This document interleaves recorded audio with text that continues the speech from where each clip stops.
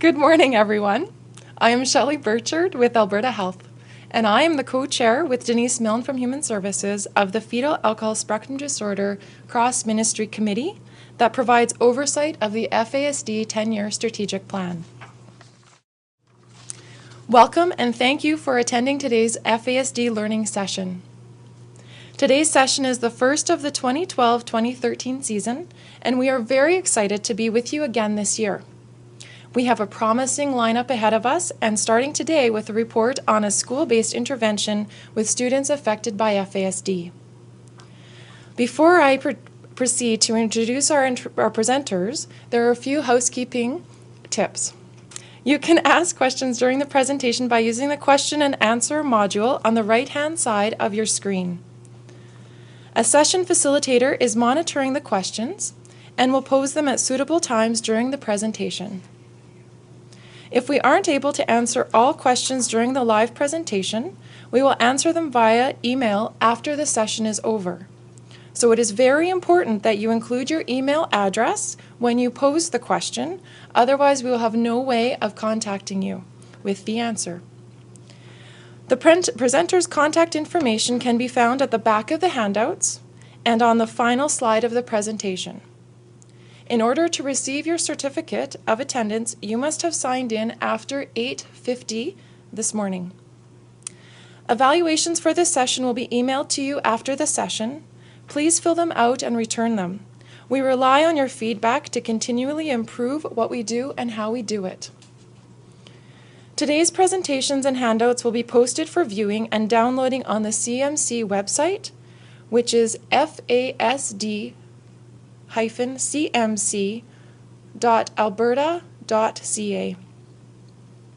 If you experience any technical issues, please email Clayton at Clayton, CLAYTON.Knoll, KNOLL, at teacherstv.ca.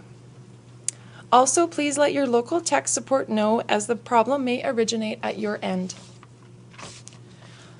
As Alberta continues to evolve the FASD strategic plan, 10-year strategic plan, education and training continues to be a critical aspect in the plan for all stakeholders such as individuals living with FASD, their families and caregivers, networks, researchers, policy and program staff, and so forth.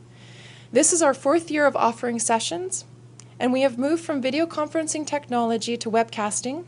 As always, these sessions are taped and will be available on the CMC website, as I mentioned earlier, the website name.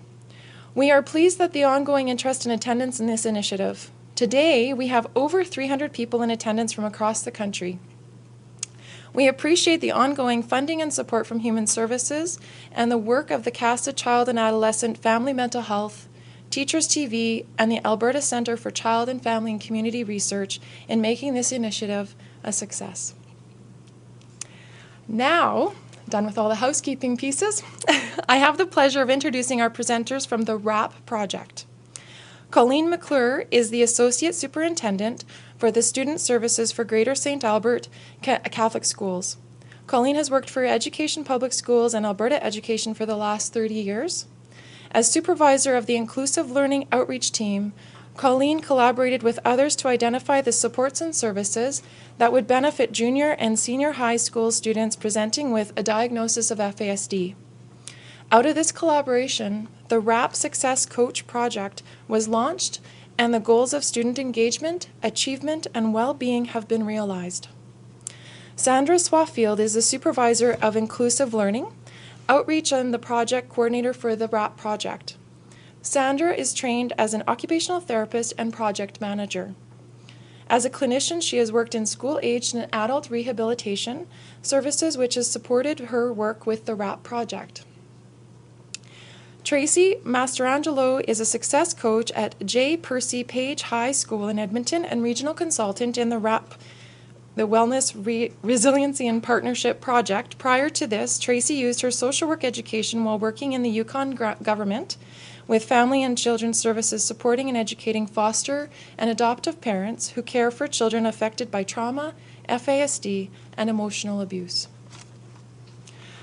Justin Tardif is a success coach with the RAP project supporting junior and senior high school students with the Greater St. Albert Roman Catholic Separate School, District number 734, and St. Albert Public School District. He is in his third year with this project. They consider it a privilege to work with families, youth, children, and partners to achieve the goals of student success for all and for each. Please join me in welcoming these folks to present today. Thank you.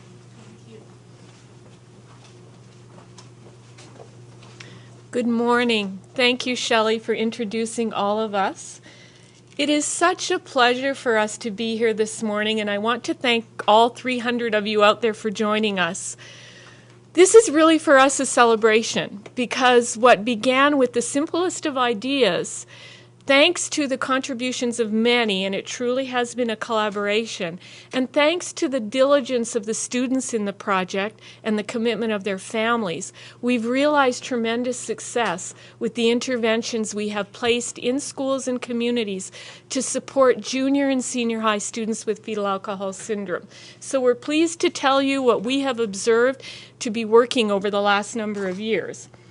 And like any good school teacher, I want to provide for you right off the get-go here what we expect we will accomplish today. So you can take note of this, and by the end of the session, you can assess whether or not we did our job. What we want to talk with you about today are the strategies that have worked. We also want to talk about the data that we use to evaluate the project and to determine the efficacy of the intervention and the activities. And we also want to discuss how the team next year will engage in supporting sustainability of the model. So that's what we aim to accomplish this morning. These are all of our wonderful presenters. Truly, this work has been a collaboration among many people. I want to start by telling you a little bit of a story, because I have to be grateful to a woman that I don't even know her name. I was on a Peace Air flight, and any of you we have people joining us from the north today, so probably a few of you have been on the 7-seater flights up north. And the co-pilot, I always used to wonder, is he on a work experience program? Because he wasn't old enough to shave, but he was flying the plane. So they're very young. They're very competent. The planes are very small. So when you sit across from someone, you can truly reach out to them. And I'm an anxious flyer, and one of the ways I have of coping with that anxiety is to go into the part of my brain that involves language, because our fears are at the brainstem, okay, at the bottom part of the brain. So if you engage some of this upper part of the brain, you might not be as afraid. So I talk to people, and I was talking with this lovely Kukum sitting across from me, and I was saying to her, you know, I'm really worried because we're not doing a great job with junior and senior high school students in schools. I've worked in school systems 30 years, and we still have young people leaving school early. They're not engaged. They're not learning. This troubles me. And I said, what do you advise me to do? What do you think we should do? And she very quietly and very wisely leaned over, and she didn't look at me, and she said, they need to go to school. They'll learn something. And it was as if, yes, so how do we get them engaged with school? How do we get them to come to school? Then I started looking at some of the meta-analysis work about students that we do keep in school. Because for those of you who are in schools and communities, you can look around your school and community, and I suspect you can predict who won't finish school. You can probably say, I really wonder if that one will finish school. So what they did in a meta-analysis is they looked at the students that they predicted wouldn't finish school, but they did. And then they asked them, why did you finish school? There were a few variables that contributed to their finishing school, but one of the key variables was that they had an adult who cared about them at school, a sense of belonging. So hence we started to think about the Success Coach project. We were very blessed in that we applied for the grant with the Fetal Alcohol Syndrome project being sponsored through the province, and we've been able to do this work in many schools throughout Alberta, including the school jurisdiction I am currently with, Greater St. Albert Catholic Schools. So that's how we started. So we came to the conclusion they need to be in school, but that's easier said than done. So how do we actually engage students in school and make them successful? What we did know is that every child deserves the opportunity to be the very best they can be. So how did we do this? We wanted to collect some data to think about, are we really making a difference? In education, we are apt to engage in testimonials from time to time, and there's nothing wrong with testimonials. But you want some solid evidence behind what you're saying that you're actually making a difference for children and youth. So that's what we wanted to do. We wanted participants to learn about the strategies that have worked. And we also want to know how to sustain the model. So very similar to our objectives today. All right. So I'm going to invite Tracy up to talk about the specifics. And Tracy's been a coach in the project, and now she's leading the other coaches. Is with the RAP project, when we wanted to get things going, we first looked at the why. Why would we have this project? And as Colleen already described, we wanted to provide an innovative and collaborative approach to strengthen youth, their families, and the community. This why then leads us to the how. How are we going to do that? We aim to address barriers to development and learning. And the what is the project does, what the project does is to provide success coaches to engage in discussions to provide knowledge, resources, and strategies to support junior and senior high students with FASD. Thanks. So the RAP project aimed to be a new way of providing supports and services for students. Currently, we have 9 success coaches in the project, and they are in schools 2 days a week, involving 20 different schools, involved in 13 different school districts throughout the province of Alberta. So schools that are involved in the project have a minimum of 5 students diagnosed or suspected of FASD. And with that, we build a community of practice for our success coaches. So on a weekly basis, our success coaches VC together, and we do a number of different collaborating and case studies, kind of looking also at some other information that'll help us with our work. So during the 2010-2011 school year, we had 101 students involved in the project. And of course you see the variance of the schools because we actually were very flexible in the project in responding to the number of schools that required services, and sometimes we would have coaches going to 3 schools instead of 2 during the school year, so we had some fluidity during the project year. And during the 2011 to 2012 school year, that was last school year, we had 161 students, so there was quite a significant growth in the project from 101 to 161.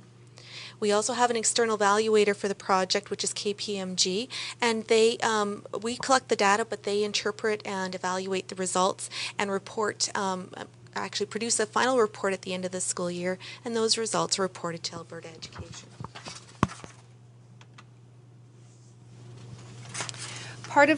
Part of the evaluation that we look at with KPMG is course completion, attendance, and extracurricular activities, which will all demonstrate student engagement.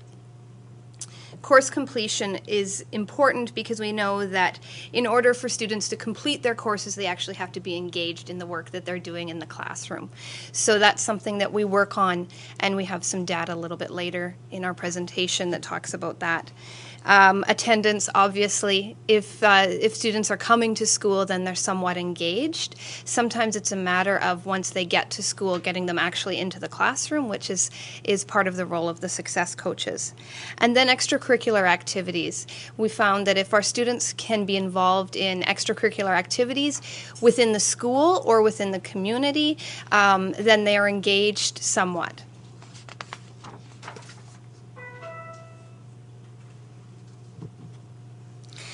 From our first year of our KPMG evaluation, we had some key findings. So students participated in different academic streams and courses. The majority were successful in course completion. So we had students in the higher academic areas in school, in junior and senior high, and we also had students in the knowledge and employabilities or life skills streams. coaches were able to create many opportunities for students with FASD to get involved in positive activities. So this is speaking about our extracurricular activities, and so that was something that coaches were able to do definitely in our first and again in the next year.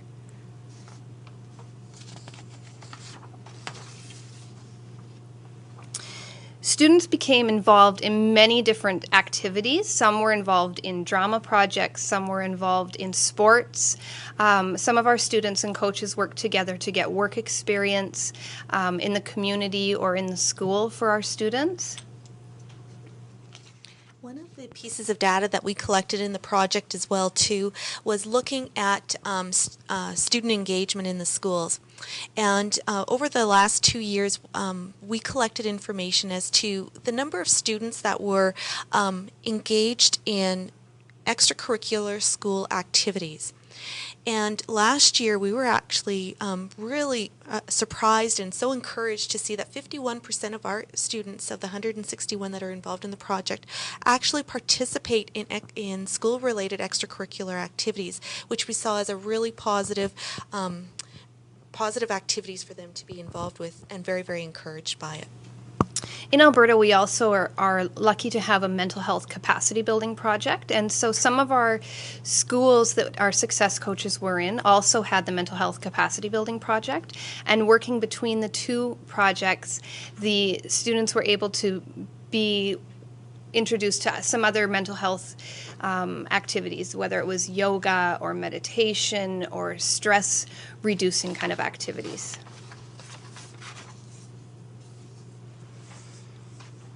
So a comparison of attendance records across the schools and districts is not possible, as data collected is often collected inconsistently, or schools look at their data and the way that they collect attendance in a little bit of a different manner.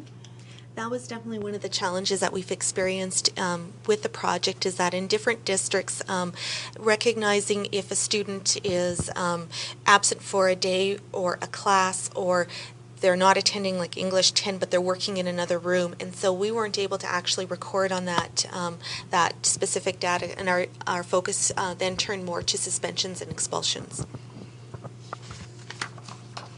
Justin's going to speak a little bit later about some of the specific strategies that our success coaches used as far as improving attendance for our students. Then we looked at academic success, and academic success was measured by academic achievement, and so what were the grades? Were the students successful or unsuccessful in their courses that they did complete or didn't complete? We also looked at, as Sandra mentioned, at disciplinary actions, so we looked at suspension rates, expulsion rates. Interviews with the coaches and school staff and school key contacts were done by our evaluators to get some of our data and some of our information. And we also used behavioral and emotional rating scales. Do you want to speak to this? So one of the pieces of information that we were collecting data on, but also then being able to compare between year 2 and year 3. And let me just explain a bit to why we don't have the year 1 data involved in the project for evaluation. Year 1 of the project was really a setup year, and we had some things that we had to overcome in the project and to establish our evaluation questions in a little bit more detail. So we weren't able to actually collect that data from year 1. So we began in year 2 of the project, year 3, and we're continuing that data collection in our year 4. So one of the things that we did look at was course completion rates by project year. So, and we were incredibly excited about these results. So if they were in year 2 of our project, 84% of our students successfully completed their courses, no matter what the stream was. So if they were in life skills or knowledge and employabilities or language arts grade 8 or chemistry 10-1, 84% of our students successfully completed courses. In year 3, which was last year, we actually saw a success rate of 87%. So that was really, really exciting. Now, just talking about course completion again as rates as well too, just like we had a difficult time in being able to look at attendance, and it varied so much between district, we had the same problem with course completion rates, and knowing that what was the mark or grade, or what would be a pass or a fail, when would a student be successful or unsuccessful.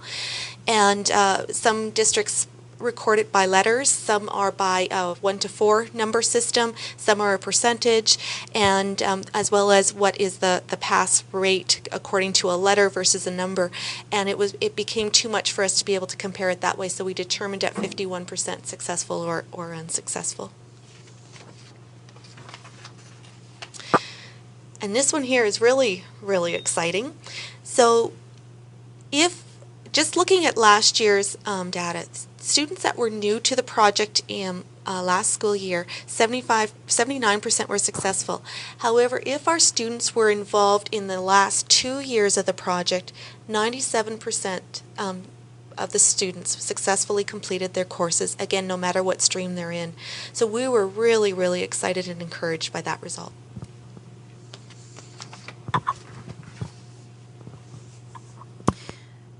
So again, carrying on with our course completion comparison between year 2 and year 3, we kept data on the 5 core subjects. So we looked at English, math, social science, and phys ed. And we did that partly because the students' extracurricular or their other chosen subjects varied so much. We did not record grades, as Sandra said, but rather successful and unsuccessful. So our dark blue on the graph indicates our year 2 rates, and our lighter blue indicates our year 3. So we've had some changes between the 2 years with English, social, science, and phys ed. There was a little bit of a difference as well.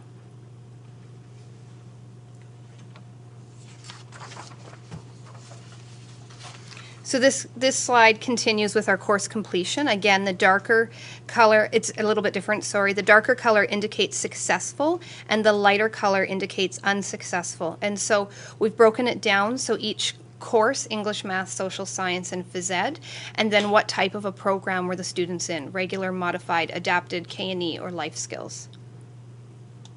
One of the key pieces of information that we could draw on from this graph was looking at our phys ed and the number of students that are involved in regular classroom of phys ed and how successful they are in that course. And we use that as a focus of our project to get kids more physically involved in activities within the school and or community to support success for them. And so that's a message we share with schools as well too, is how we can draw kids into the physical activity part.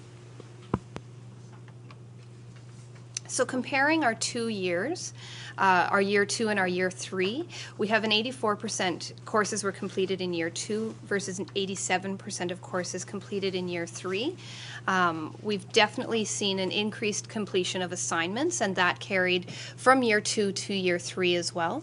However, we see a little bit of an increase in our courses completed with students involved in the second year.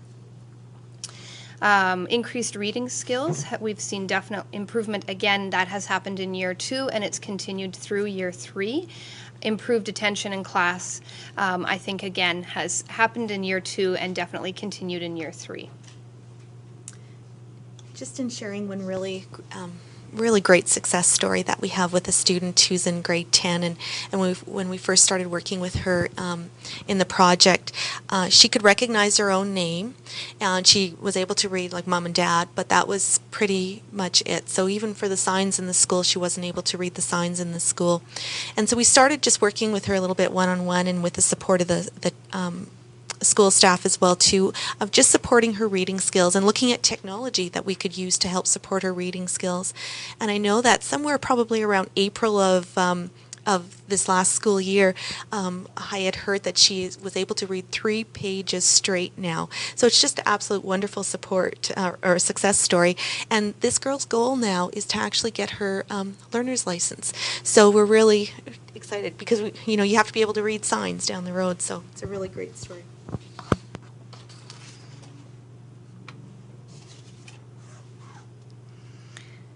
So again, the success coaches kept data on suspension and expulsion rates, and that is something that we're going to look at further this year. Going into our 4th year of the project is looking continued at what kind of suspension rates and expulsion rates and what kind of difference can we make there. Year 2, we had suspension rate, no suspension. That was 78% of our students didn't receive suspensions. 75% of our students didn't receive suspensions in year 3. One suspension was 12% and 13% in our 3rd year, and 2 or more suspensions was 10% and then 13%.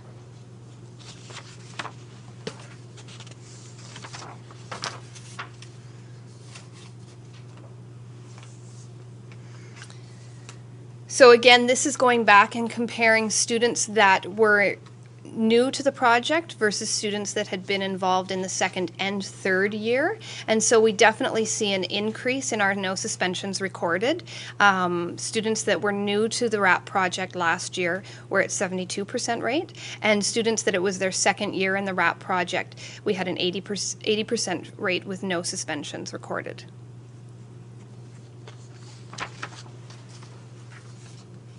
One of the tools that we used with the RAP project is the Behavioral and Emotional Rating Scale.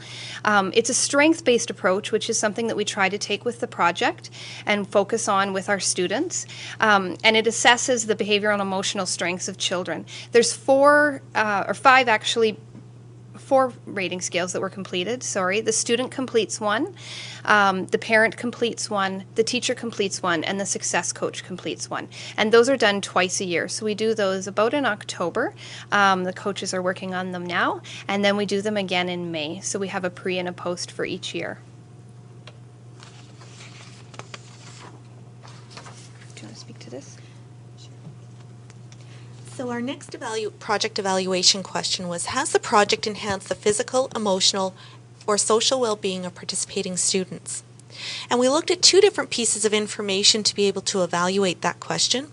And one of them was looking at the BEARS assessment in 4 key areas: the interpersonal strength, family involvement, intrapersonal strength, and effective strength. And the other part that we looked at is we performed interviews. So the interviews happened with success coaches, key contacts in schools, teachers, the regional consultant, project coordinator, and those within government as well too. So this graph shows the average respondent rates over the 2 surveys, so the pre and the post. Teacher, parents, youth, and coaches. We always found it quite interesting that the youth tended to score themselves quite high. And we do see definitely an increase in October and again in May in the teachers' scoring.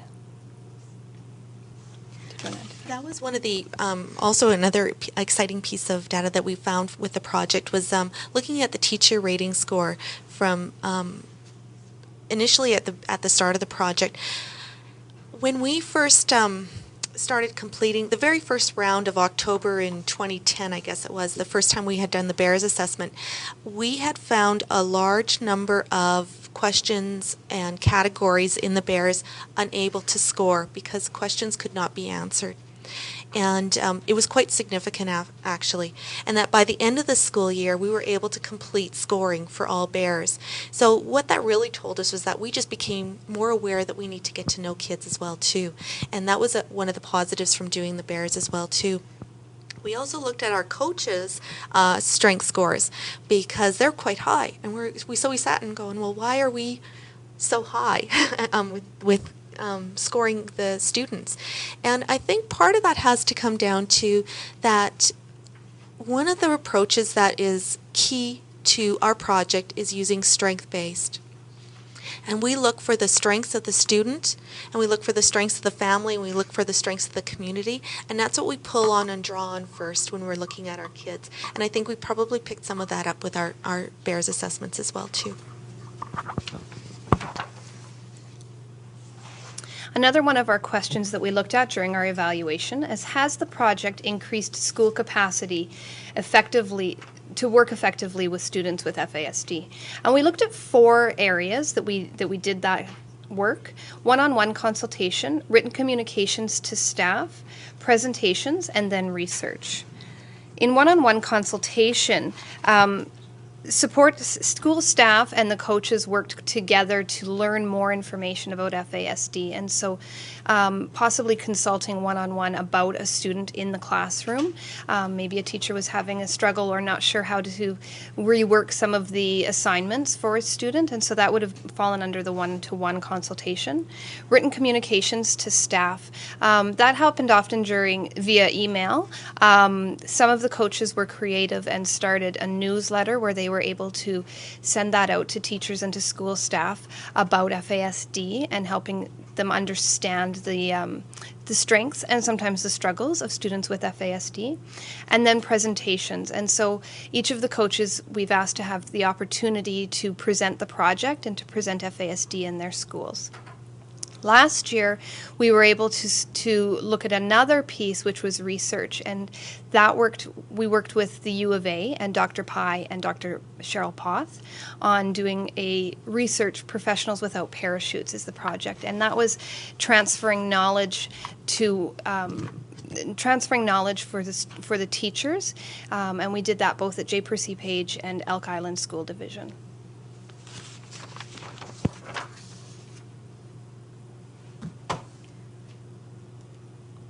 One of the things that we also looked at is collaboration with school staff, and what is the role of all the different players in the project. So one of the key things that we found that the project needs to be involved is in knowledge transfer, and describing part of our role is, of course, increasing awareness and understanding of what fetal alcohol syndrome is, but also about what are the strategies that we have found to be successful in supporting kids. The other thing that we do as well, too, is we have a mentoring component in our project. Because our success coaches are throughout the province, we look at how we organize that mentoring provincially and how do we do that support. And we have multiple layers of mentoring strategies put into place. What are some of the things that the success coach that are their roles in supporting and collaborating with school staff?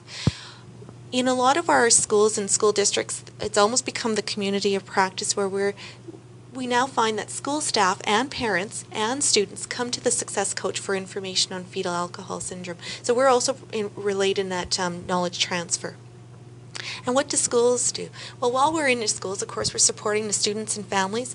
We're just increasing the general understanding of fetal alcohol syndrome in schools and our communities. And that's the role that we work with as well, too, in a school piece. One of the questions that we looked at in our evaluation is, have coaches been able to build a circle of support that Sandra just spoke about around participating students? Family involvement is an area that we looked at closely, and one of the pieces of data that the coaches kept was how many of families or parents or caregivers were they able to connect with throughout the year and work with on a basis. This has continued, that we continue to keep that kind of data and information, and we find that the success coaches are successful in being able to make that contact with parents and be part of that community of practice and one of the supports for the families as well.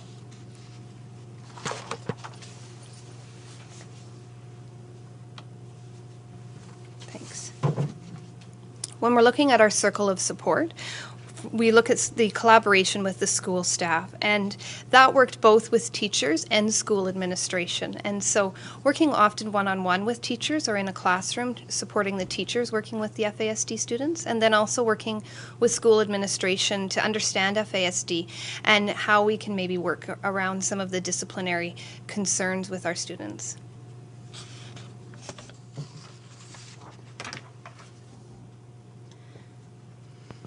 So we've discovered really early on is that we just can't do this project ourselves. It requires a community to be able to support kids and support schools and support families and even to support the project as well too. And we started reaching out and we started identifying who are some of our partners that we need to be working with to be able to support kids.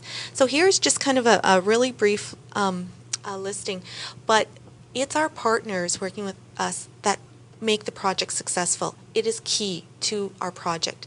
And we continue to build those relationships, and we're discovering every day about who else we need to be having communications with. So it's all part of a growing piece, but it is quite a large circle of support that we look to be able to support students.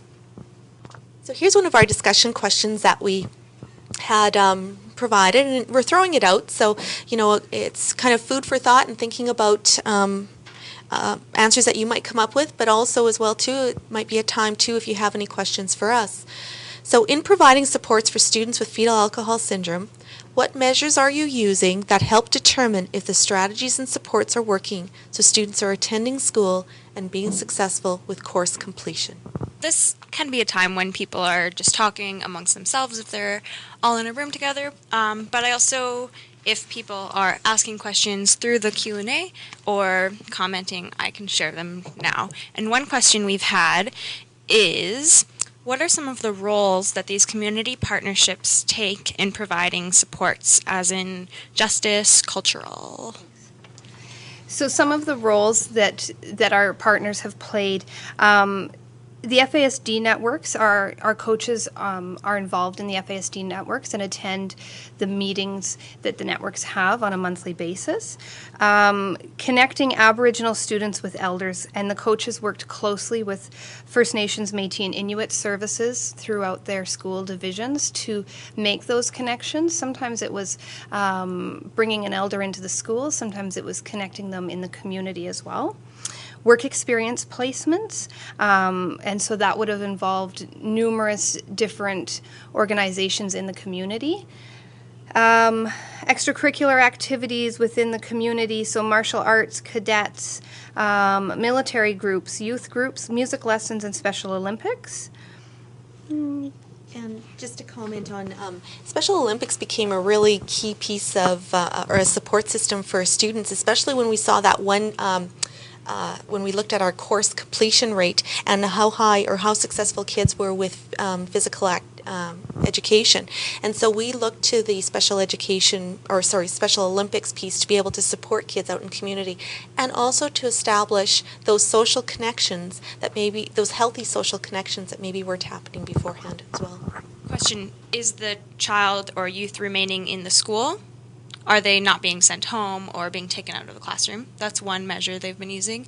And another one they've been using is measuring the decrease in behaviors that require one-on-one interventions.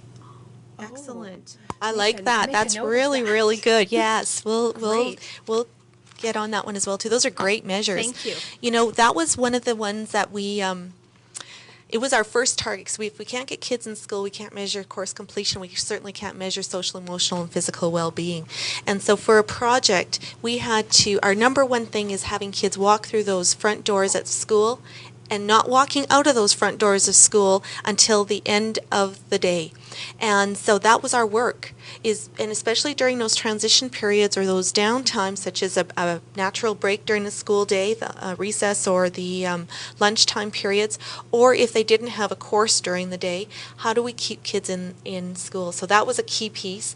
And suspensions, expulsions is one of our focuses for this year in providing strategies. And yeah, you kind of get a little bit creative with how you try to keep kids in school as well too, and that just probably leads to some of the success with kids. But I love your measures. I think those are absolutely great. Wonderful. Just one more. Well, two short ones.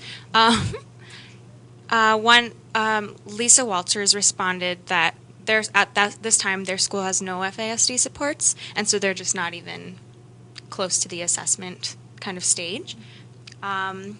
And Can I put something out there for that? yeah, for sure. We have weekly coach meetings on Wednesday mornings that we VC in, and at the end of the session, when our contact information is put up, people are more than welcome to contact me.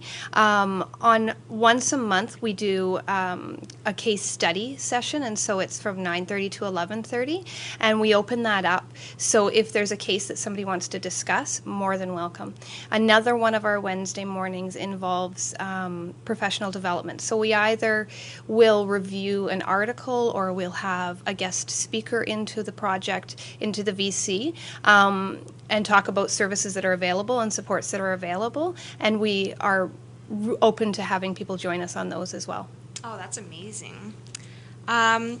Kathy is wondering if you have found suspension is an appropriate way to deal with undesirable behaviors, and whether the suspension protocol altered in any way from the regular suspension methodology.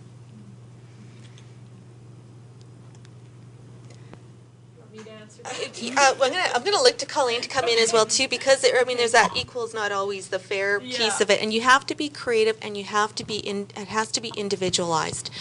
And there were times when you have to consider what the home situation is like. You have to consider what the environment. You have to consider what the situation happened, because sometimes, like we will say, though, the kid was caught holding the bag, and so you have to be able to consider all of that. But it's not always one.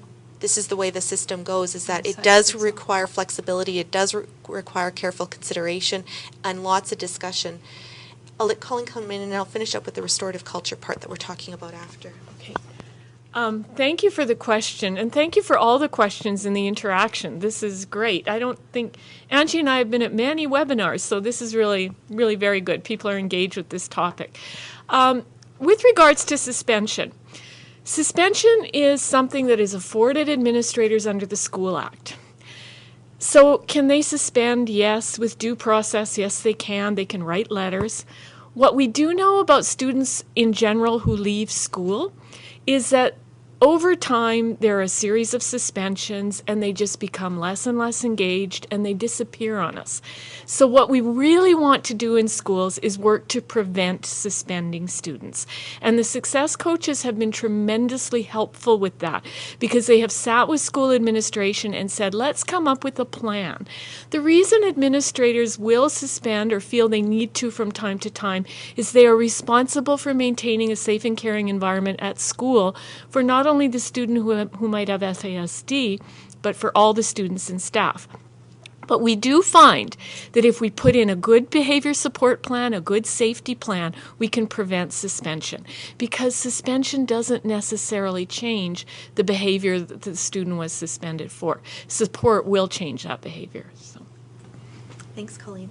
One of the other things, too, that we're exploring this year, and we're not sure where it's going to go yet because we're just in the initial stages of discussion on this, is looking at restorative culture in the classroom and how we might be able to use that model of supporting students and families and communities as opposed to looking at the suspension and expulsion piece. And so last year, most of our success coaches have gone through phase 1 of the training part. We will have everyone completed phase 2 by October 24th of this year, and have invited some school administrators and are exploring some ways of looking at this as a research project as well too. We're not 100% sure how that's going to go yet, but we're thinking that we might be able to use this as a strategy in reducing suspensions and expulsions as well. So what we'd like to do now is try the video again. So we're going to see if this will work this time, because then we're going to have Justin, as success coach working frontline, come up and talk, and it'll put his words in context. So let's see if we can get it to work again. Yes, it does get frustrating at sometimes when you want to, when you know you can do good but you don't, and it's like, yeah. Without this intervention, most of these children would find a normal classroom very, very difficult. I've never really kept it a secret. Well, I have, but some people knew. It wasn't like everybody. Sometimes it's not easy work, but you know that it's important work that we're doing and that it will make a difference. The concept is to provide wraparound services for students. So lots of them, I find that without the supports, they'd be dropping out. I just think I can do better. My reward is watching her succeed. He's taught me as much as I've taught him, I think. Math just makes no sense. And English is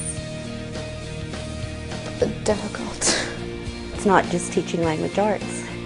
We're teaching the whole child, not just skills. Every child deserves the opportunity to be the best that they can be. I hope to be a photographer. In order for kids to be successful in school, we have to take a broader approach and we have to take a larger picture. And that involves family and it involves social and emotional and all of the rest of it. We can't expect that a student who's struggling at home, whether it's with abuse problems or family violence or addictions or learning disabilities like fetal alcohol syndrome, we can't expect that they can come to school and focus for their hours that they're at school on their math or their language or their social studies. We mostly are a people service, so most of our resources are in the people who go out into the schools and the communities. The communities are not expected to come to us. We go to them and try to work in the context that they work and live in every day. The WRAP project stands for Wellness, Resiliency and Partnership Project.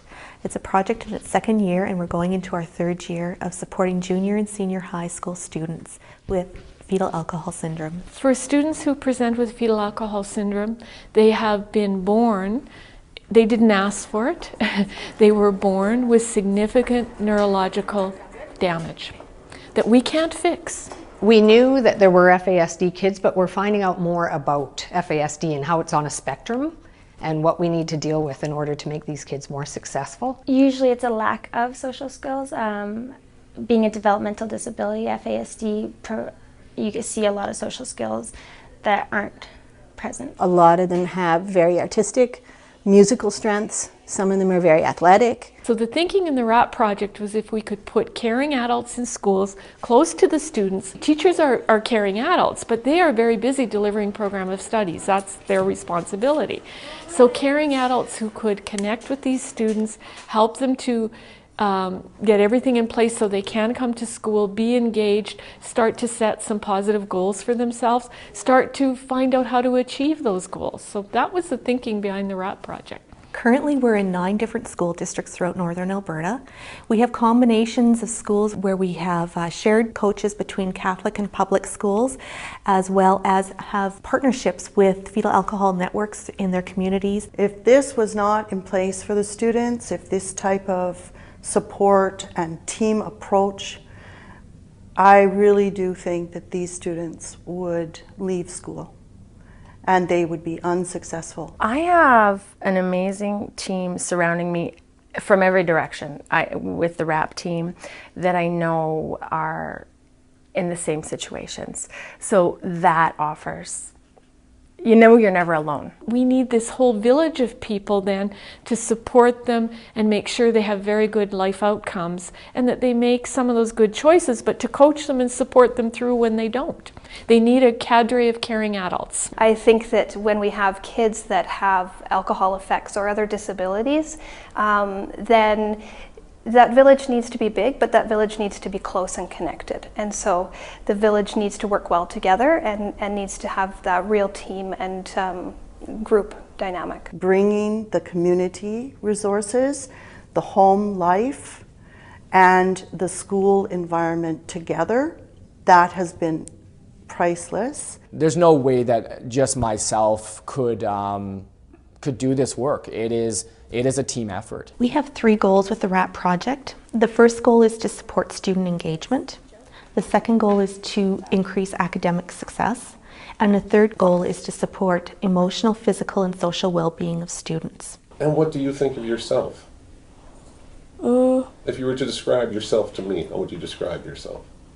A normal girl going through life like a teenager. She's unable to sound out the words. She has a problem remembering them.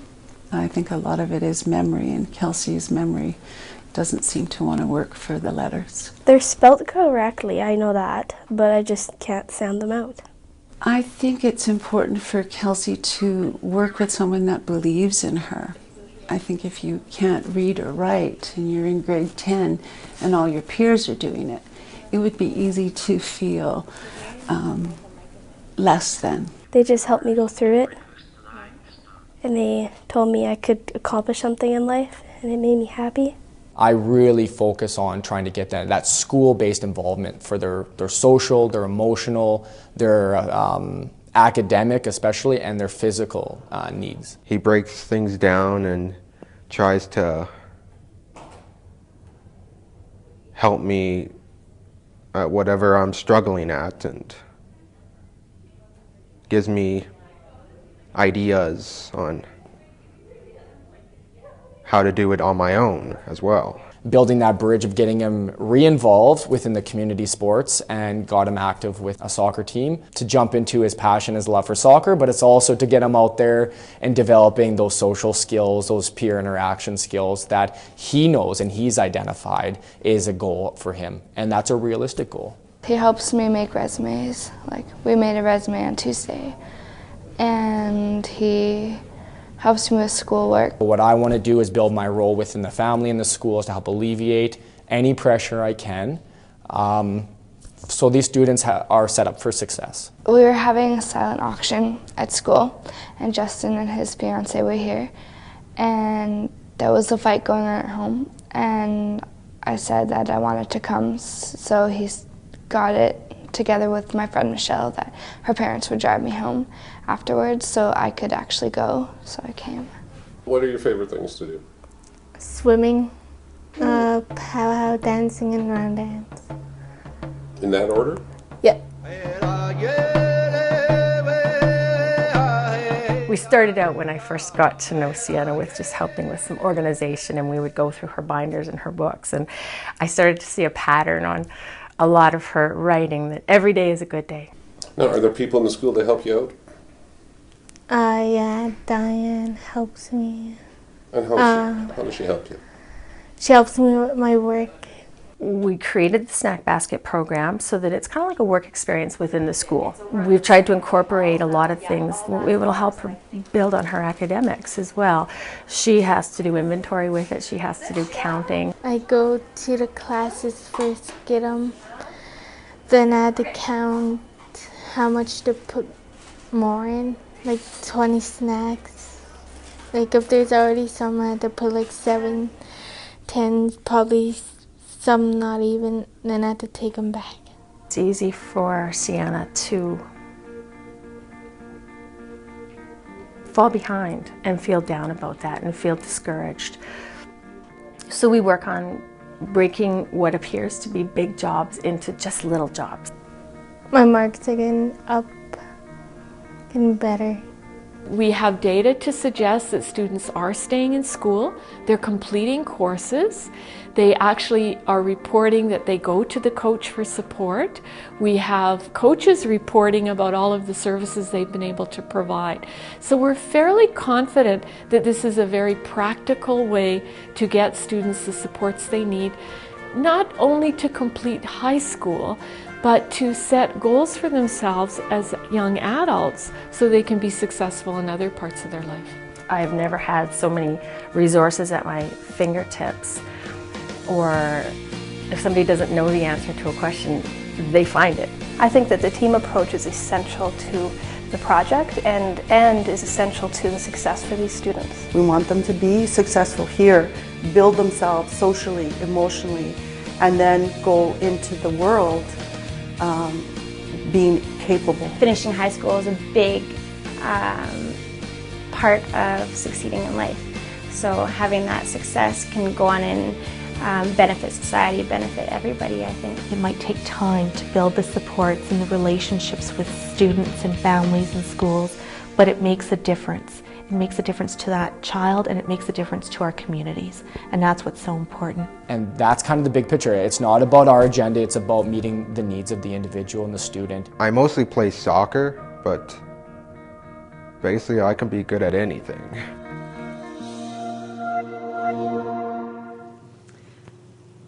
Hi, I hope you enjoyed the video. That's our second year of the project, and we're really proud of the students that were participating and coaches and school staff. So I'd like to introduce now Justin Tardif, who is a success coach in St. Albert at the 2 different school districts there. And Justin and I will be presenting on some of the strategies that we have found to be successful in supporting students with fetal alcohol syndrome. Thank you. Good morning, everyone, and welcome. Today I'm going to talk about strategies and examples myself and my fellow colleagues and coaches have used and found success in supporting students, guardians, and staff when identifying FASD. To recognize that each student needs and wants are different, we have to note that everyone is different, and not every strategy is going to work that works for one will work for the other. One very important component I find is crucial in the line of work that we do is, number one, patience. Patience is virtue. Again, what works one day may not work another, so be patient in what you're doing. To be creative. Use those creative juices, use those skills and attributes and those things that you've accumulated over the years, and feel confident and competent in trying when you're working with these students. Team approach. Anything that we do, like I've even said in the video, is not to take on the world yourself. Utilize your colleagues, utilize the support staff, utilize people that you know that can help you in gaining more understanding and awareness and maybe strategies that you weren't aware of when you are working with these students. And last but not least, self-care. It's extremely important that you take care of yourself. A lot of the work we do is very, very difficult, and that for us to be able to do this work, we also have to make sure that we are taking care of ourselves, so we have that energy and we have that passion continues day in and day out. So as you see in the slide, we're going to talk a little bit about some of the success, really the strategies that we've been able to utilize within the last few years. I'll give some examples of some of the my colleagues, some of the coaches, what they've used, and I'll give some examples of some of the strategies that I've been able to utilize in some of my work. Number one, check-in and check-out system. I think it's extremely important that we are doing this on a weekly basis. What I've noticed in my experiences is some students obviously require more care and more need, and some require less. But what I do find is important is whether you meet with them for 5 minutes or an hour, that the check-in is still incorporated into your weekly schedule. What I usually like to do as a strategy with a lot of my students, and I find that's work, is scaling. When I'd start a face-to-face meeting with a student, especially if I find them coming in maybe a different space, is I'll start off with seeing where they are between 1 and 10. Usually that can start to gauge where this meeting is going to go and where it's going to start. As you move on through it and you get to the end, it's a really good strategy to find out where they're leaving at. Hopefully that if they start at, say, a 4, that by the end of your conversation, they're at an 8 or 9. And that when they are returning back to class, they are in a better space, they're in a better place, they're feeling valued and acknowledged of what they came and seen you for, or why you brought them in the first place. The connections with families and schools. I find this extremely, extremely important that you're connecting with the families, especially when you start that initial rapport building with the student. That's important, but it's also just as important to build that positive rapport with the families as well. They ultimately are the ones who are doing the hardest work, and that's parenting the child. So what I do as a coach is I try to find my role, and really it's what my role is within supporting the family and then supporting the school as well. So once you've built that rapport, is then starting to meet and collaborate and identify realistic short and long-term goals. The attend parent meetings. I find this is extremely crucial for us as support workers. Is getting involved in the IPP process, the success in school plans, the case conferencing, the program planning, the community wraparound meetings, and so on and so forth. To be involved in that and have an opportunity to know what's going on through that process, be able to give your feedback is very crucial in the all-around success of the student, and again, being a part of that child's growth and development. Program planning, again, being part of that program planning. A lot of my work that I do is with again, either the teachers or the LSFs or the counselors and even the principals, in identifying a realistic goal plan, whether that's specific planning within the school or if that's specific just programming in the community as well. The community connections. this is one of my strengths that I really like to connect to, and I find it very, very important that not only are you identifying what's in the community. For me, I'm in my third year now in St. Albert. My previous experience was inner city, Edmonton. So it was very important for me to get to understand what community options are within St. Albert, because a lot of the time, some of the barriers are, if you are accessing outside resources, the chances I find are less likely that they're going to connect, opposed to connecting to the local agencies and supports. And really just the drive time alone can be the difference between them connecting and not connecting. So actively involved in the school. Again, I for one definitely get very, very actively involved, and I know my coaches doing well. They draw onto your strengths, and when they get involved. For me, one of my strengths is sports. I love sports. I'm passionate about sports. So when I'm working with a lot of my students, and a lot of my students who do identify that getting involved in one of their school sports teams is a priority and a goal, but a lot of the time I find that they may not have even went to try out because they both didn't have the confidence or they didn't have the support to do so. So that a lot of the times they do get left out. So I draw upon my sports background in speaking to the schools and getting involved by coaching. I've already, at the junior and high school level, done junior boys volleyball, senior girls basketball, senior boys soccer, as you've seen in the video. And I find by doing that, it builds an overall identity within the school. And it ensures that I'm continuing to build that rapport, that positive relationship with the student, and it just becomes an overall positive experience. And I think one of the things that's really pretty exciting as well, too, is that while you're getting involved in those sports and coaching opportunities in the school, we're actually still supporting our kids with fetal alcohol syndrome because they're actually on the teams as well. And so that's been an incredible advantage as well, too. So it's pretty exciting. So one of the key findings that has been spoke about previously is school attendance. A key goal for each of our coaches to improve students' attendance, whether that's reducing absent days, late suspensions, in or out of school, and especially expulsions. Building relationships with the students is one of our primary goals. Once we've been able to build that positive working relationship with them, and ensuring that from the moment they get to the school to the moment they leave, that they know that they are both going to be valued, that they're going to be supported in whatever capacity that might be. I found definitely in my experience is that being there has given them, I guess, the confidence to not only go, but to continue to go. And it's a great feeling when you hear, I went today because I wanted to go see Justin, or I want to go see my coach. Or even on the days that we're not there, because a lot of the times we're at a school 2 days a week, is that we've connected them more closely with their school's counselor or the principals, and continue to bridge that positive relationship as well. Making students feel successful at school. Again, that's just one of it's very generic, but it's very, very important with our students. Is we're ensuring that when they're at school, they are valued, they are appreciated. When it starts with a good morning, how are you doing, to how was your day. We don't want to assume that everything is going great at home. We want to do those check-ins and see how they're doing, and hopefully once you build that rapport with them, that they'll feel more confident and comfortable in sharing some of the home situations that may be occurring.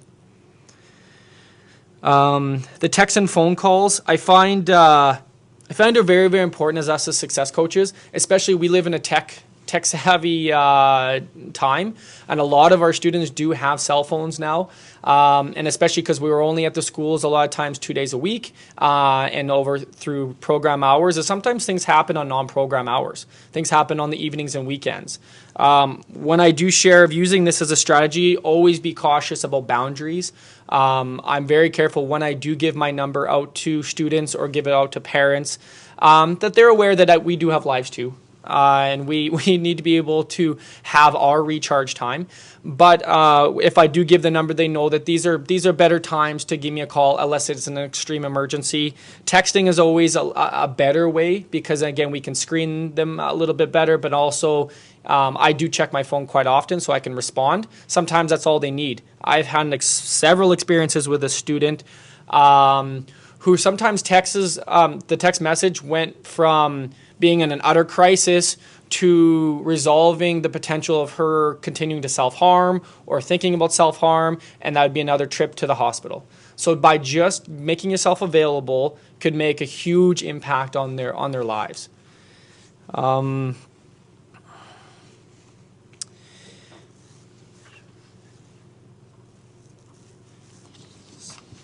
So the next slide I want to speak about is something I developed a couple years ago, and I've done this in a lot of my previous work prior to working with the RAP project. But for me, I find that goal setting is so important. And again, for me, is if you're going to preach it, you better do it. So when I explain about realistic goal setting, I also explain about how I realistically goal set myself, short and long-term goals. I hope that we're all goal setting.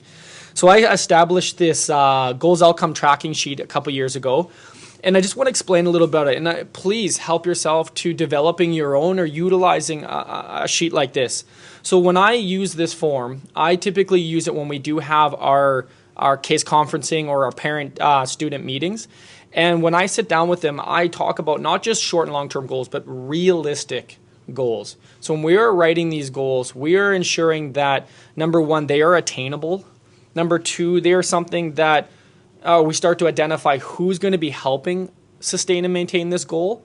And number three, that the student itself, because at the end of the day, it's not our goals, it's their goals, is that they're ready, willing, and wanting to achieve these goals.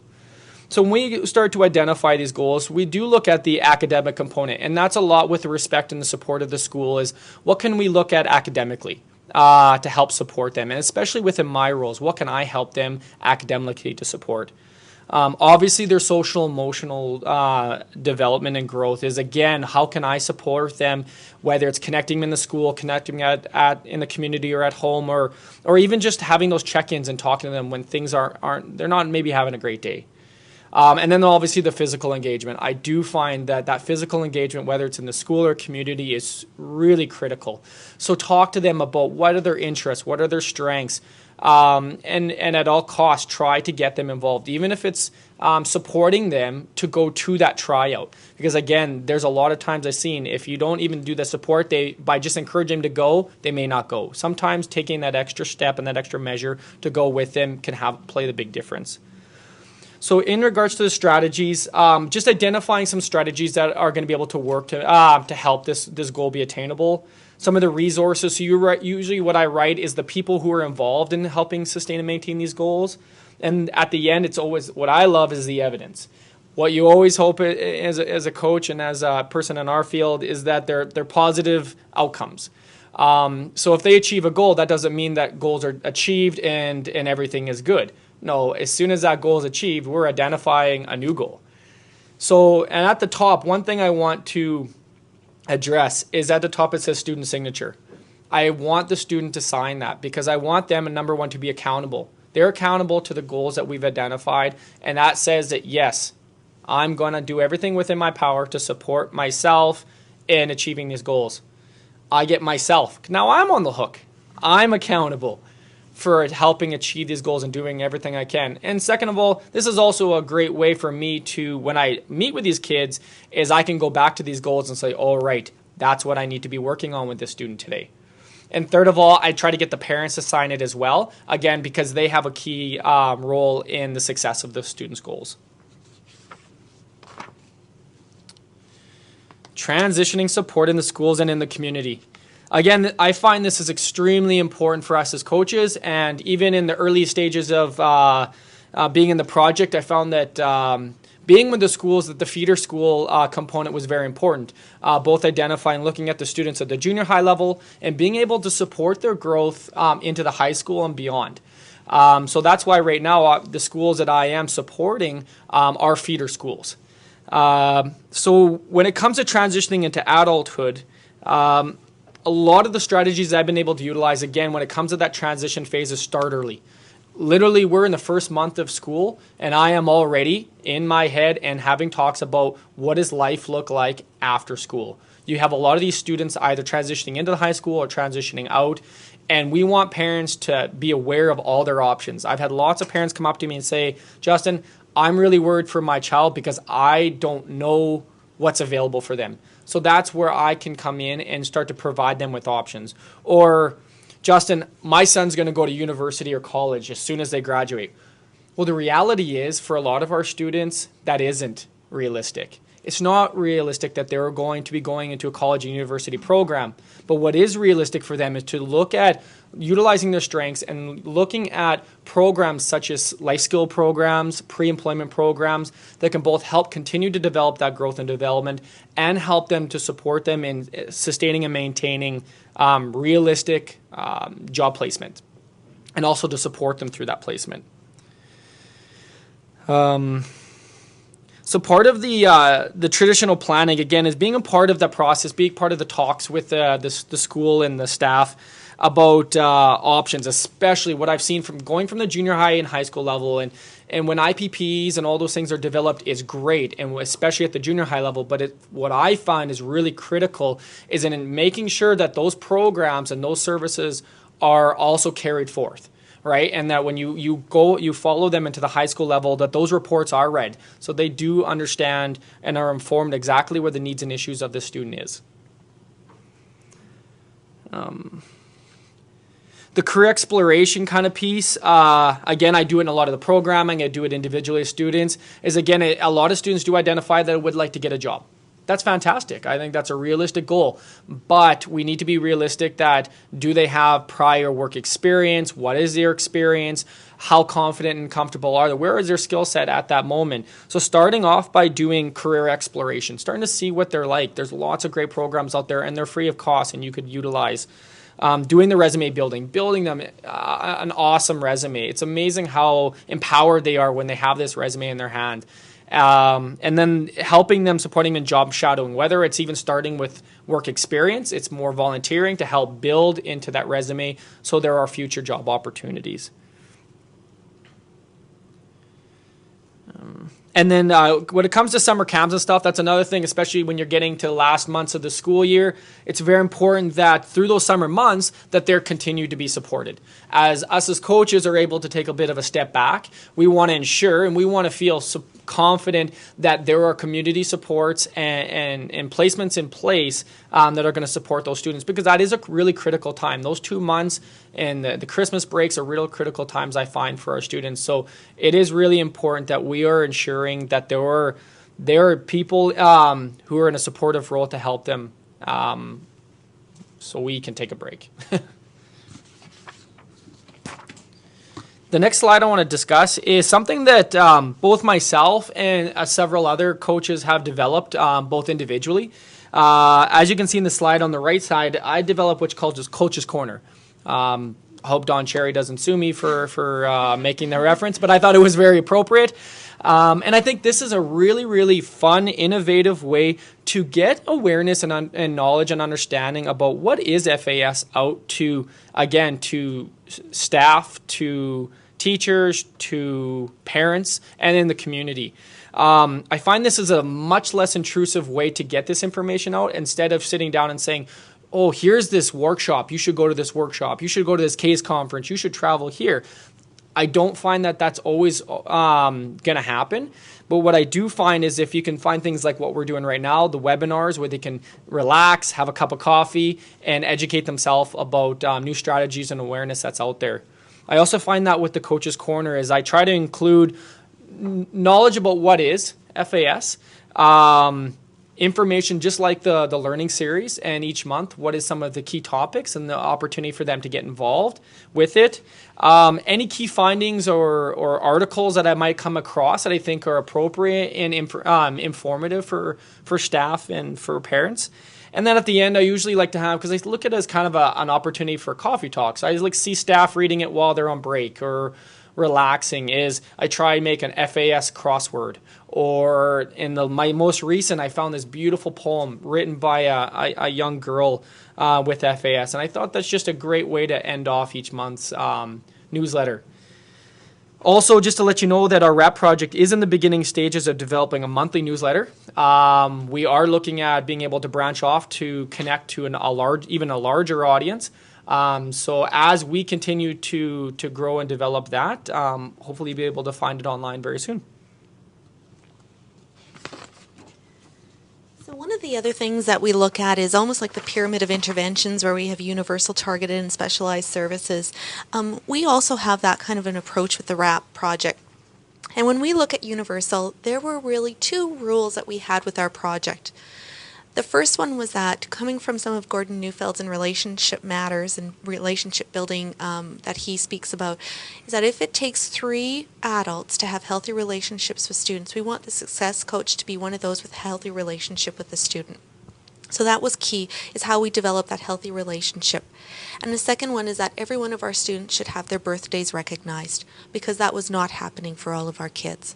And so we felt that that was an important piece, and so we purchased cards, and each coach ended up with a package of cards that they could give to their kids. This year what we're trying is a 10 by 2 approach, that we have 10 contacts of 2 minutes each with a student to be able to build rapport in that first month or so of the school year. So that's our approach, and we're sharing that with school staff as well too, the 10 by 2 approach. So that's some of our universal strategies. The other key one that was a universal strategy that success coaches have put into place is lunch hour or noontime activities. That was key to stopping our kids from leaving the school during that unstructured time, that transition time. And so several of our coaches have rooms in which lots of students come from the entire school, and they just have lunch there. They might play games, they might watch movies. You might have, I know in some of your classrooms in the past, you've even had like air hockey tables or whatever it might be. And so it's to structure those kind of very structured activities during unstructured time. And that's another way that we've been able to keep kids in the school during the lunch hour break. The other thing that I did as the project manager was, as we started to get into the nicer temperatures in springtime, I distributed popcorn to all the success coaches. And so we actually had popcorn lunches to keep kids in, especially during that spring when everyone wanted to walk out. We would have the popcorn lunch hours too as well too. So just another strategy, universal strategy to keeping kids in. And it wasn't just the kids that are necessarily in the project. We had lots of kids that came in for lunch hour sessions. Different types of targeted or selected activities that we would do. Several of our coaches would create a wallet-sized card that the students would carry in their wallet that had different help numbers. So some of it might be a family member that they could contact when they were in crisis, but it might also have crisis numbers as well too, because when they're in the midst of a crisis, they didn't have that. So that was a targeted strategy that happened throughout.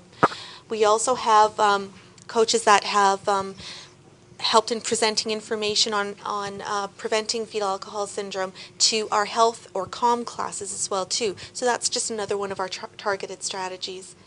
We have coaches that have organized or are participating in round dances with students, and that have invited elders into schools to help support students and families too. And then we have provided specialized services, and a lot of those that are very, very intensive work. And in the province, we have what we call children and youth with complex needs. And what we have found is that with the students that we work with, between 7 to 9% of our kids, we have referred into complex needs. So that is a high percentage of kids that we go to that intensive model of support for services. And I just wanted to draw upon what Sandra was saying in regards to one of the target strategies that I use, and I've actually used this as recently as yesterday, is I had a student in my office who didn't have such a great weekend and was really struggling. He does struggle in some of those impulsivities and sometimes making poor choices. And ultimately some of the outcomes right now are some of the consequences of some of those choices. But what I sat down with him, and I found this to work in the past, is right now he really does get down on something. When those things happen and those impulsivities happen, is he's not sure who to turn to. Right now the way that I've learned to kind of talk with him is the two people on the shoulder, and who's yelling more, the person telling him to impulsively do the behavior, or the person telling him not to. And I find that a lot of them are very visual learners. So I actually took the sheet of paper and we basically wrote down, this is your support group, this is his support group, and together we identified individuals in his life, starting from the top, from one that if he's starting to feel impulsive and he's not sure if it's the right decision, and I've told him, if you're not sure if it's the right decision or you might get in trouble, that's the best time to ask. So we actually had developed, starting with the parents, mom and dad, brothers, sisters, aunties, uncles, myself, as being one, and really just breaking down, if you can't reach one, then you need to connect with the other one. You can't reach one, you connect with the other one. And by the end, which is great for someone who is really feeling very alone and very lost, also already sees 14 people who love, support, care about this young man and wants him to be successful and is there in a time of need.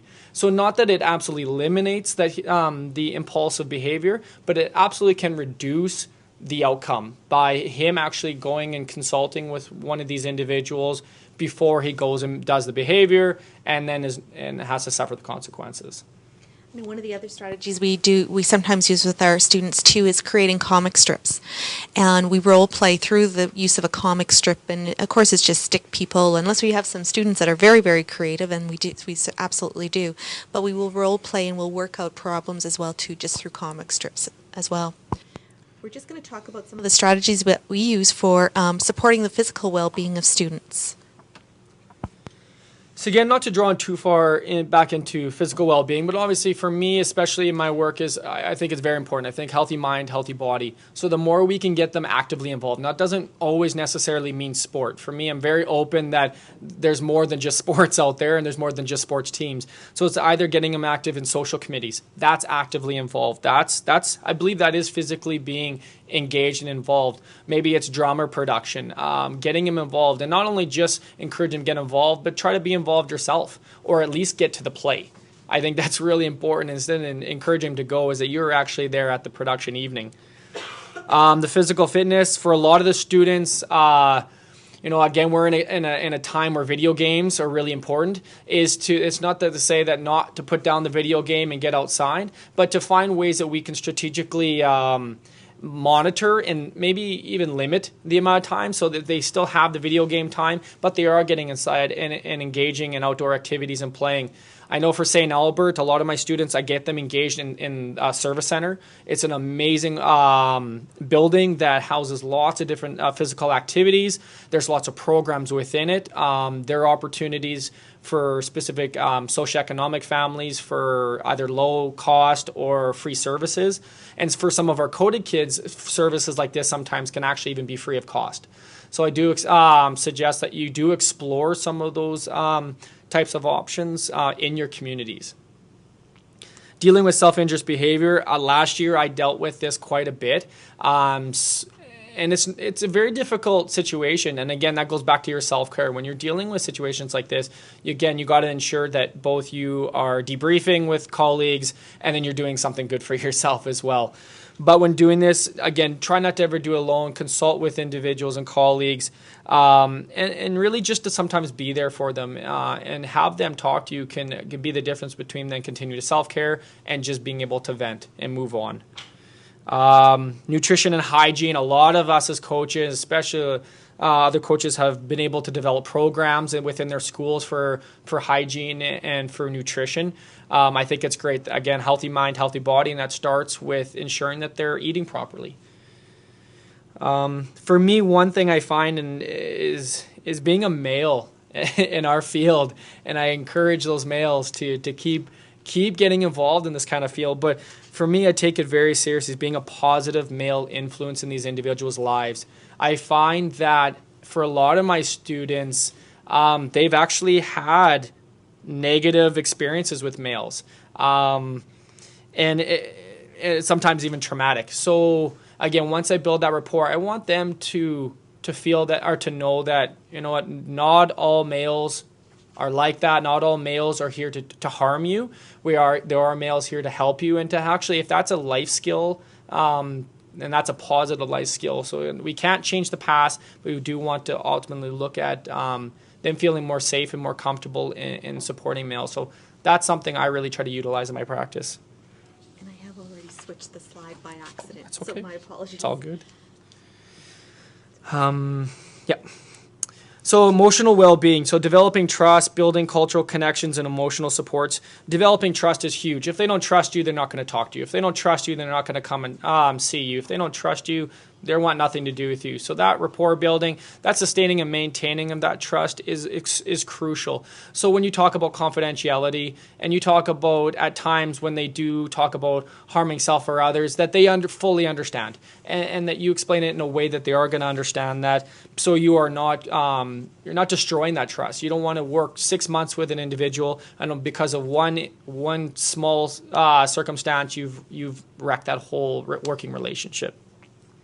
The cultural connections, again, if you can identify that as a goal, if that's something they identify as they want to either get involved in within their cultural roots or re-involve themselves, be very open to it. And if you're not sure, again, that's where you start to consult with the community as to what organizations are out there or what can you better learn to help them re-engage in that cultural connection.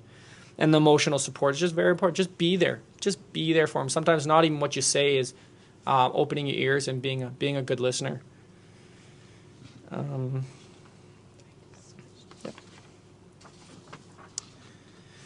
So social skills, dealing with bullying, classroom behavior. Again, these are all things that can typically happen to a lot of our students. I do find out in my experience some of these students do fall to a lot of the bullying. They fall through the cracks in a lot of that respect. So if they are being bullied and they're feeling low, pick them back up. Encourage them, support them, knowing that they are valued and there's definitely a reason why we want them to be in school. The classroom behaviors, sometimes behaviors do happen. I am working in a behavioral class with several of my students, and again, just being there, being involved, being engaged sometimes can be the biggest difference. And developing those life skills, both for now and later in the future. I find that we're not here to eliminate the social supports in their lives. I find that we're here to reduce. That is probably one of the biggest things I'm here to do. That's a realistic goal for me. I'm not here to say I'm going to work myself out of a job and everyone else out of a job. It's not realistic. But we want to reduce some of those community supports. We want to empower them to start taking control of their lives and start to feel that they can start to make more impactful decisions.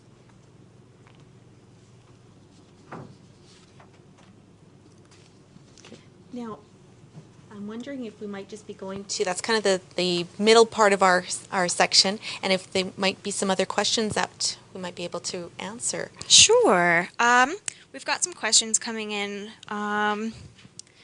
You'll have to forgive me if they kind of bounce around a little bit. That's okay. But some of them are kind of more just general info.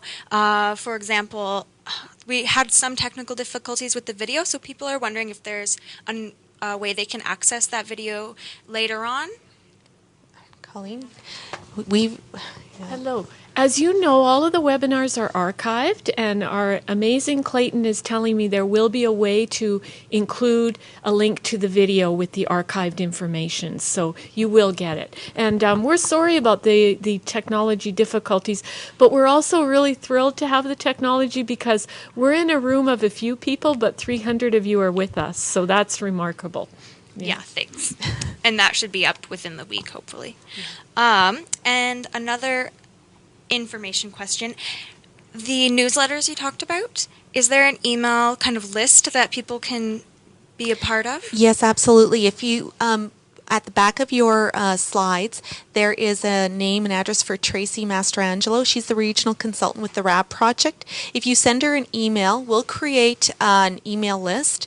And what we're doing is we're actually looking at just standard format that we'll be able to create these newsletters and then distribute them to whoever. And so it'll be, right now it's very individualized per districts that we provide service to, and we're looking at a much more standard. But please send it to Tracy and we can forward it to you. And I might open the floodgates for myself, but I believe our email is provided with it. And if you do find that you would like to see, say I have, for when I'm doing each month at the Coach's Corner, definitely please don't hesitate to email me, say I'd like to see it. Please use it, alter it, do it. Again, I didn't reinvent the wheel, but I do find that it is a very successful way to get this information out and to share with staff and colleagues. Also the goal sheet, if you want to contact Justin. Absolutely. That was his goal sheet, so yes. That's great to hear because it sounds like quite a few people would be interested in getting some of those resources. Yeah. So And Yeah. please share your strategies and your ideas as well, because again, we're continually evolving this, and I love to be able to adapt and readapt and evolve these types of strategies. So thank you. And for the case conference that you mentioned as well, we can email one of you? Tracy is the contact for that as well too. She organizes the Wednesday morning we call it student talk, and so and whether it be PD or we actually do student talk, just contact Tracy. Perfect. Okay, maybe that's good for now. Okay, thank you. So we're really happy to bring to our third part, which is now talking a bit about the sustainability and what's happening during this school year. So what are our goals for this current school year? Well, what we're looking at doing is strategically managing expansion of the project, and we are expanding this year, and we've just concluded expansion actually as of probably about 5:35 last night, and so with some additional schools coming on board. So these are project schools that we receive a grant for through the CMC and reporting to Alberta Education. The other thing that we're looking at for this current year is that we need to strengthen our project infrastructure again. As we grow, we have to be able to manage the technology issues that we have, and how far we can, or how many people we can bring in at one time. The other thing that we need to do is, and that's a key role in our project, is mentoring. And how do we set up a system of mentoring where we have more experienced coaches, and as we bring on new coaches in new districts, manage that piece. We also have been introducing more research projects into the project over the last couple of years. And so how do we take what we've been learning in our research and use it and apply it into the day-to-day work that we're doing? So that's one of our project infrastructure pieces that we need to be looking at as well too. And we always have to be able to continue to create our partnerships and any collaborative opportunities we have with community, with our community partners. We can't do this work alone, and we have to look at that part. I'm going to talk quickly about sustainability because Angie is telling me we really do have to finish at 11, and we will. Sandra doesn't know I'm going to say this because if I told her, she'd make me take it out.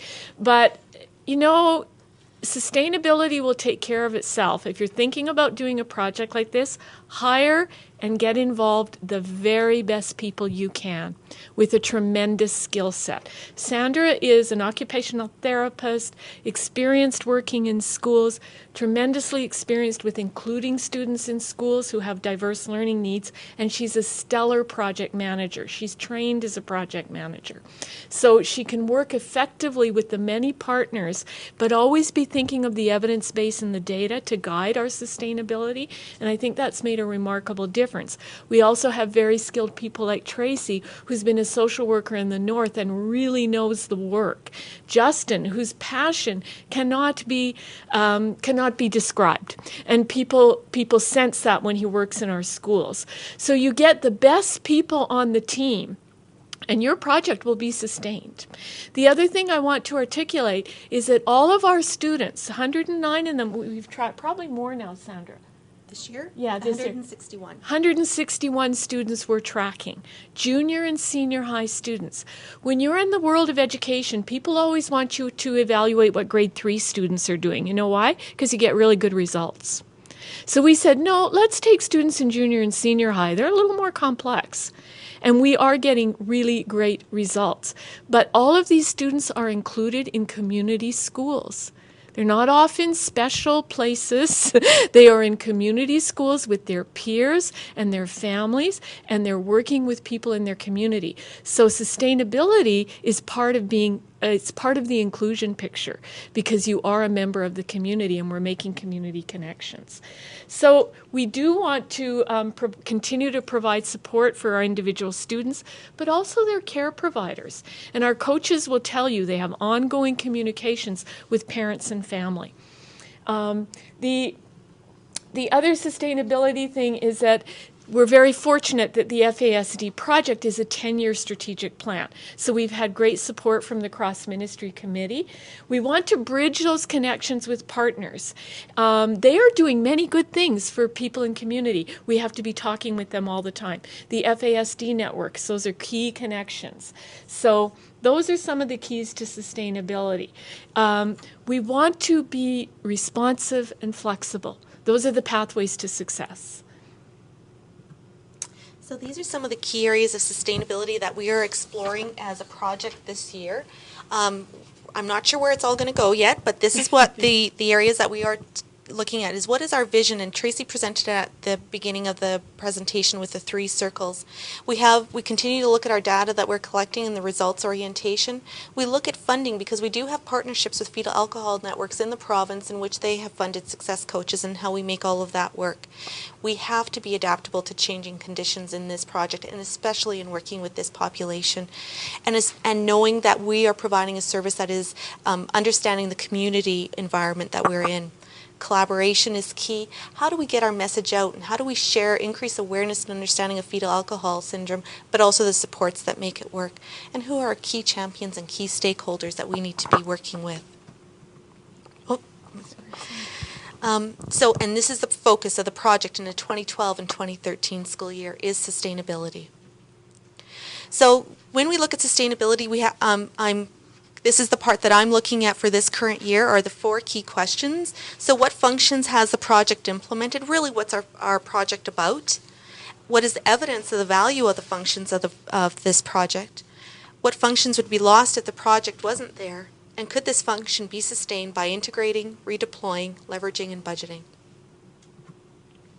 So our last question was, how has the presentation piqued your interest in providing supports and services for students with fetal alcohol syndrome in your school or your agency? So that concludes our presentation. We're so grateful to be able to come and to present to you about our project. Please feel free to contact Tracy or myself if you have any questions regarding the project. And thank you again for your time. Thank you. This is great. Some of the first questions we have coming in is Ray asks, I understand you are a mentoring program, but does a component of this program deal with academic problems to any extent? Yes. Notice the school teacher answers right away, yes. That was really important, and that is why we measured academic engagement.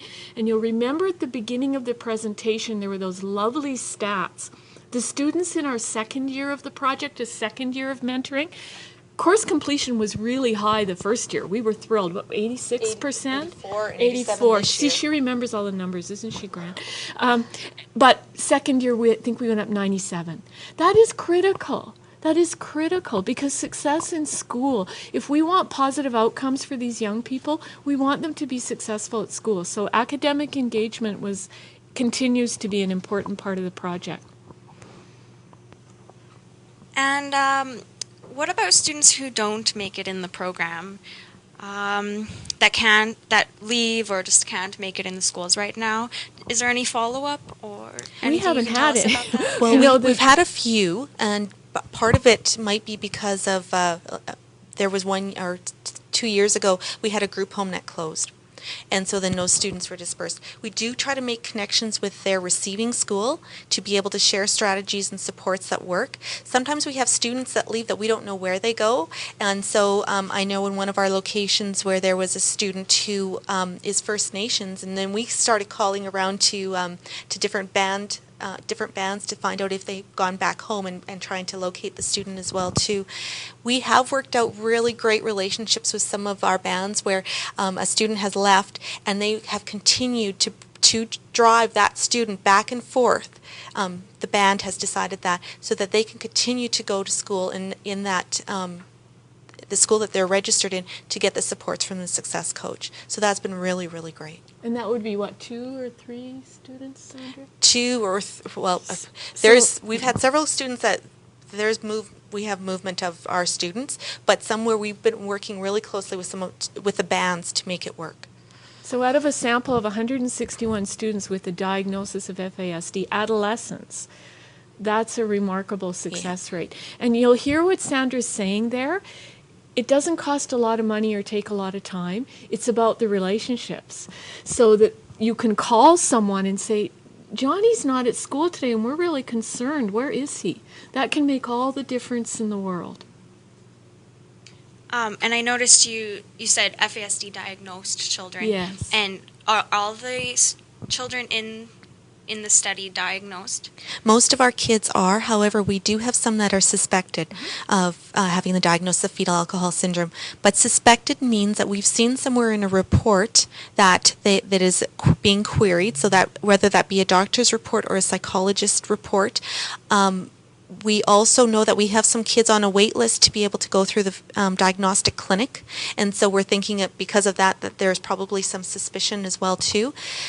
So for some of our students as well too, it's a deferred diagnosis that they're waiting to see a little bit more and to gather a little bit more data. So we've considered that as suspected. Suspected though does not mean a hallway conversation when someone comes in and go, his mother or her mother was drinking. We need something more than just to have that kind of a conversation. And that was really important to the cross-ministry committee because they understandably they want to see results with this targeted population.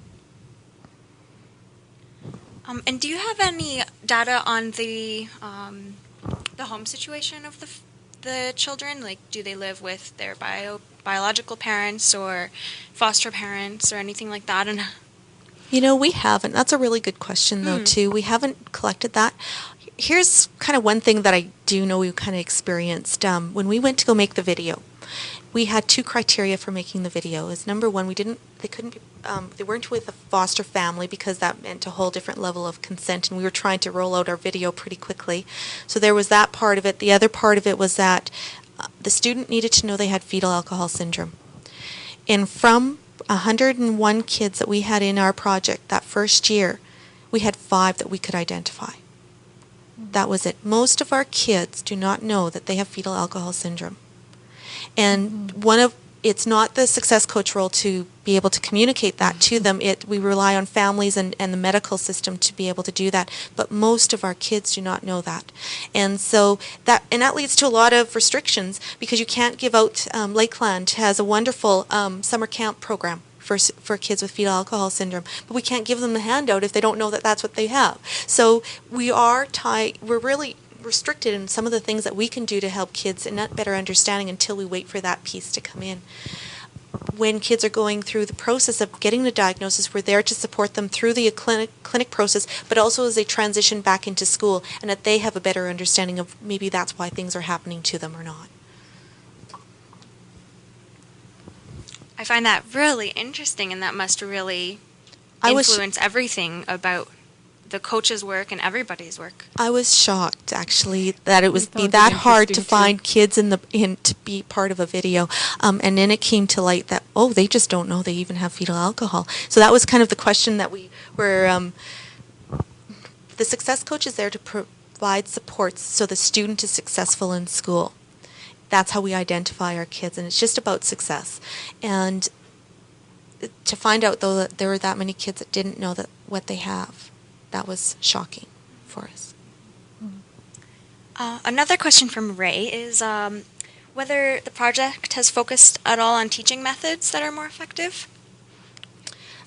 We have, at any time, we have speakers that come in on our Wednesday mornings, and they kind of disseminate some of that information as well, too.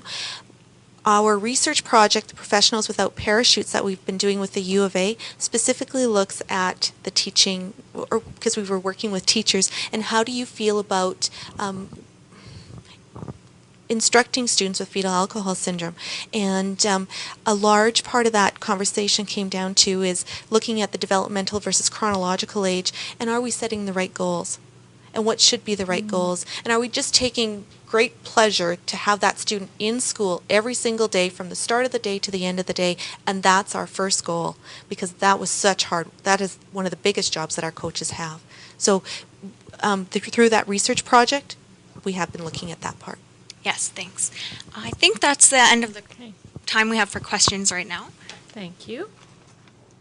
And we ended on very interesting questions that the whole area of diagnosis for FASD is complex, and it's a soft conversation to have because we consider it in our field of not only a diagnosis for the child, but it's a diagnosis for the mom, and also too impactful for the family and community. So it's I guess it was sort of a side question or comment was that's even a webinar into itself of really how to engage in that conversation and how to have that, because again, it's a soft conversation to have, and the other part is that with the assessment diagnosis, it's multidisciplinary, and the piece for that is because we want to know the functionality of the individual, and that's what's important. So it's almost not less important because this is a FASD, but it's also too just focusing just as wholeheartedly on the functionality of the individual. So thank you very much for your questions. And thank you very much for your patience today as we navigated new technological territory to provide this webcast today. As we know, FASD is a complex issue that requires a robust response. Projects such as the RAP project not only builds community capacity, but enhances capacity of the individual, which is so key.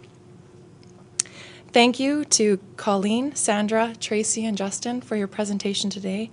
It was very informative, and I hope that it's a nice leap into the next webcast to come. Please note, evaluations will be emailed to participants within the next 2 business days, so please be sure to sign the attendance sheet so that we can get that feedback. We really rely heavily on the feedback to be able to give weight to what is happening in regards to these webcasts so that they can continue on in the future, so we can all hear about projects such as this. Please join us for our next presentation on October 24th. The Alberta Parent-Child Assistance Program will be presenting on working with women who have issues with addiction. Thank you very much for your time today.